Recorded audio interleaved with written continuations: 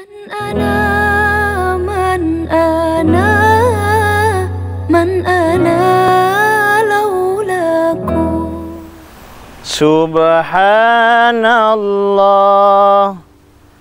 walhamdulillah wa la ilaha illallah wallahu akbar wa la hawla wa la quwwata illa billah Al-Aliyyil Azim.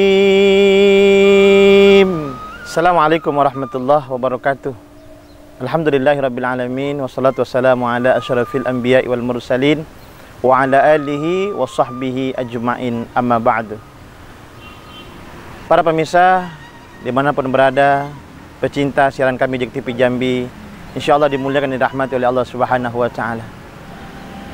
Di dalam kehidupan kita ini seringkali kita melihat ada orang yang hanya mementingkan ibadah saja, hanya amalan-amalan akhirat saja yang dilakukan.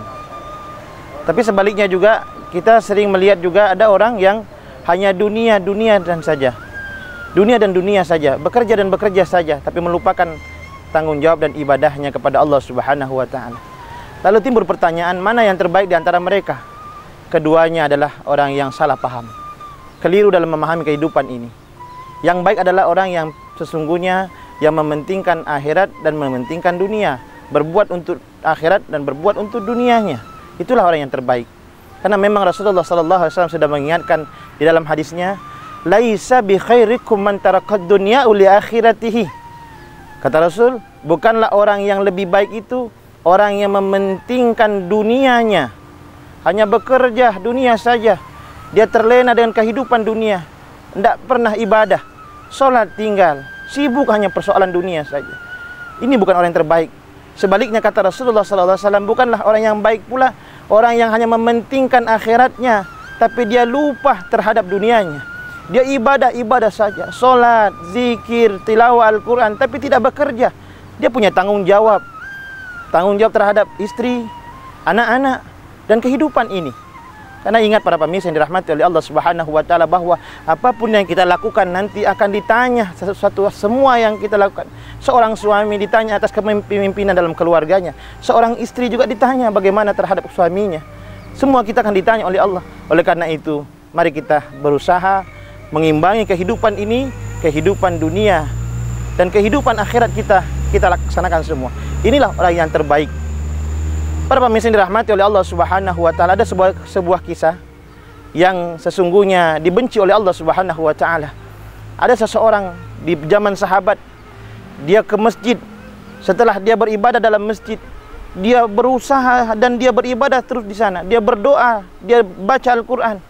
Tapi ketika sahabat datang ke masjid, setelah dia berusaha, dia melihat orang itu, dia hanya berdoa saja.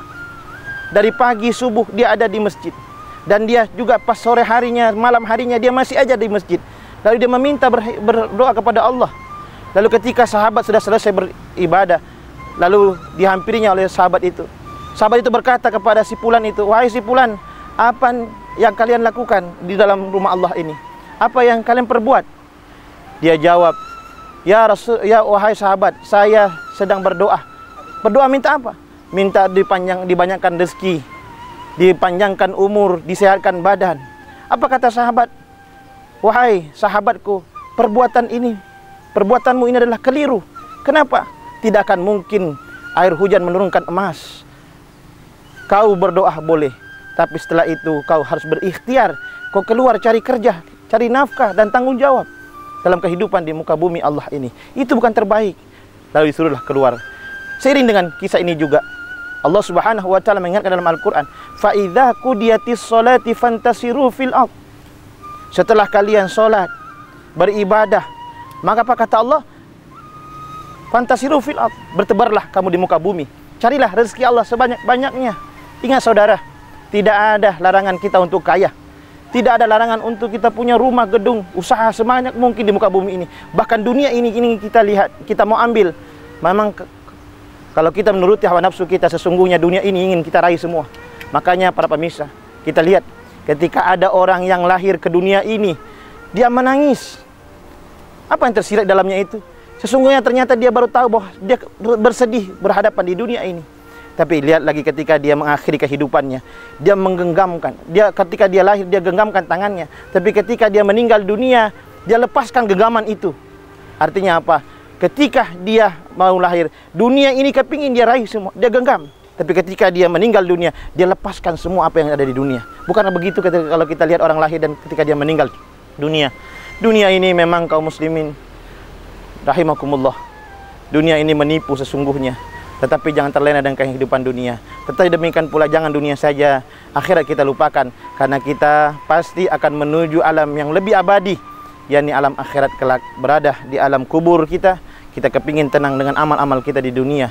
Dan kelak kita ingin masuk surganya Allah dengan amal-amal yang kita lakukan. Oleh karena itu dunia yang sesaat ini jangan sampai membuat kita terlena. Jangan sampai hubbud dunia.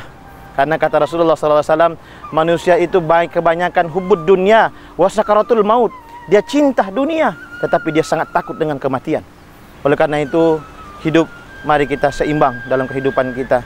Bukankah kata Rasulullah juga mengingatkan, hiduplah kamu seolah-olah kau akan hidup selama-lamanya. Bekerjalah kamu seolah-olah kau akan hidup selama-lamanya. Tapi beribadahlah kamu seolah-olah kau akan mati besok. Artinya apa? Ini mengajarkan kita untuk keseimbangan.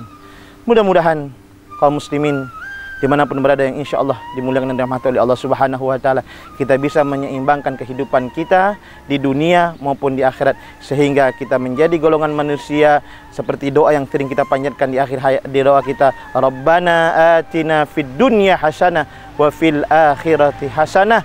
Kita ingin meraih kebahagiaan di dunia maupun kebahagiaan di akhirat dengan keseimbangan, insya Allah. Demikian, semoga ada manfaatnya. Terima kasih. Allahumma fi ila aqwamit thoriq. Wassalamualaikum warahmatullahi wabarakatuh.